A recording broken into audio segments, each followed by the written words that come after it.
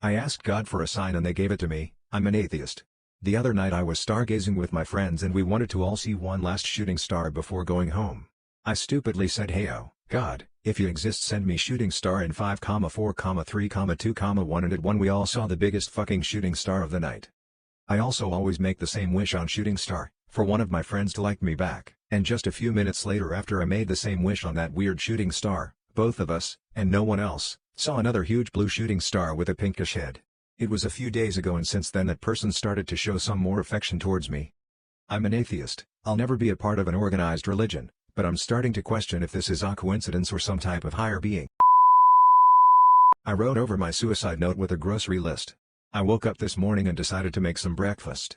I walk out into the kitchen, look in the freezer, and see some buttermilk egos smiling at me.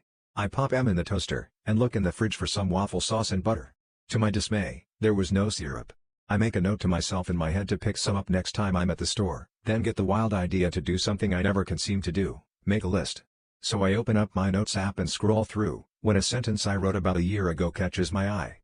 "My soul is sick, and can never be cured." It was a suicide note I was about halfway through writing. I read it again.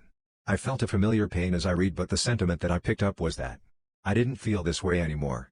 Since writing that note I've gone through a move, got away from toxic family, started a new, dope, job, started therapy with an actually decent therapist for once in my path to being medicated, and have been receiving huge amount of support from my loved ones. I deleted it, and got to replace it with a single word, for now. Syrup. My parents are jeopardizing my future to benefit my sister. I'm a junior in college, 20M, majoring in economics with a minor in mathematics. My family has always been poor, so I knew getting into and affording college would be a challenge. On the other hand, I knew college was my best shot. I started working at 15 and pretty much worked my way through high school to save money. I penny pinched in every possible way to save up as much as I could. I remember it was homecoming, and I asked my dad to buy me a new outfit, but he said no. I could have bought it myself, but I opted to borrow clothes to avoid spending. Despite working, I managed to maintain a high GPA, engage in extracurricular activities. Basically, I did everything to secure my college spot. And I got a merit-based scholarship. When I accepted my current college offer, I thoroughly examined the package. The scholarship is good, but I knew I couldn't rely on my parents' help, so I did some serious thinking and figured I could graduate as long as I worked. Sure, I'll graduate with debt, but I thought it would be manageable. College has proven tougher than I thought. I have to maintain a high GPA due to the scholarship, and I work long hours, no breaks during exam weeks. I even do some jobs on weekends. My parents only help me with $200 per month. To my surprise, my sister, 17F, mentioned this week that our parents set up a college fund for her. I was taken aback by the considerable amount in it. I questioned my parents about this.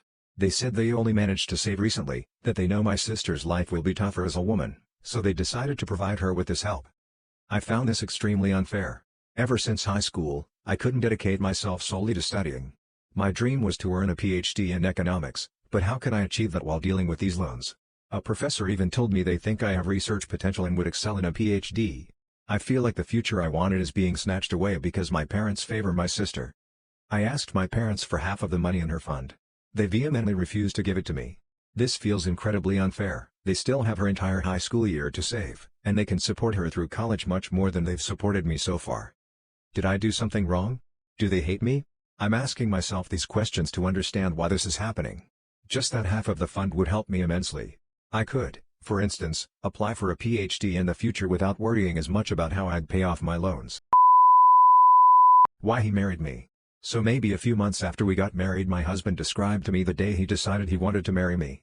He said that he went to his friend's house where everyone was hanging out and announced that I was the one and he was going to marry me. He then went on to describe how everyone was shocked because he had always said he was never getting married. I asked him what made him realize I was the one and he told me it was the way I took care of him. Flash forward 16 years and he expands on what he meant. It was ABJ. It was the first time I put his fank and beans in my mouth at the same time. I remember that day because he enjoyed it so much. It's still a move he absolutely loves. Knowing this has caused a small anxiety spiral. It makes me feel, I don't know how to describe it, but not great. I feel like an idiot for feeling weird about it. He wasn't trying to be mean or manipulate me by telling me, simply expressing his gratitude for my skills while we were discussing the fun we had the night before. This is such a dumb thing to feel weird about. I should feel powerful or desired or something better than I do.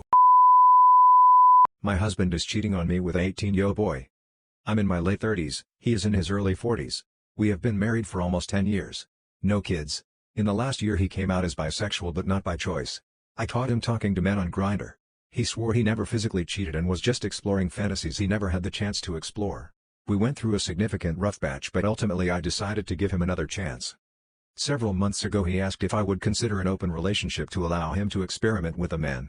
I said that wasn't something I could ever be comfortable and if he needs to do this then the only option is to separate. I have tried to be patient and understanding. He said he didn't need it and I should forget he even asked. Since the Grindr incident I have no fully trusted him and I admit I looked at his phone without permission. He has been texting an 18-year-old young man for well over a month. The messages are sexual and he, my husband, is very overtly asking for more. I don't know if anything has happened in person. This is not a young man he met online, at work, at a bar. That would still be horrifying to me but at least slightly more acceptable. He is our close mutual friend's foster son who we have known for years. I was aware he was gay but I never would have dreamed this would happen. He is a child to me. I admit that at first I was angry with the young man but I understand he is young and vulnerable and it is my husband who is in the wrong. From the messages I saw, he was not encouraging this and some of his responses to my husband seemed uncomfortable. I can't blame him. I have not yet spoken to my husband. I don't know what to say. He knows something is up because he is being overly considerate and attentive. I know I need to leave. I could never feel the same about him after this. I don't know if I should say anything to the young man or his foster parents.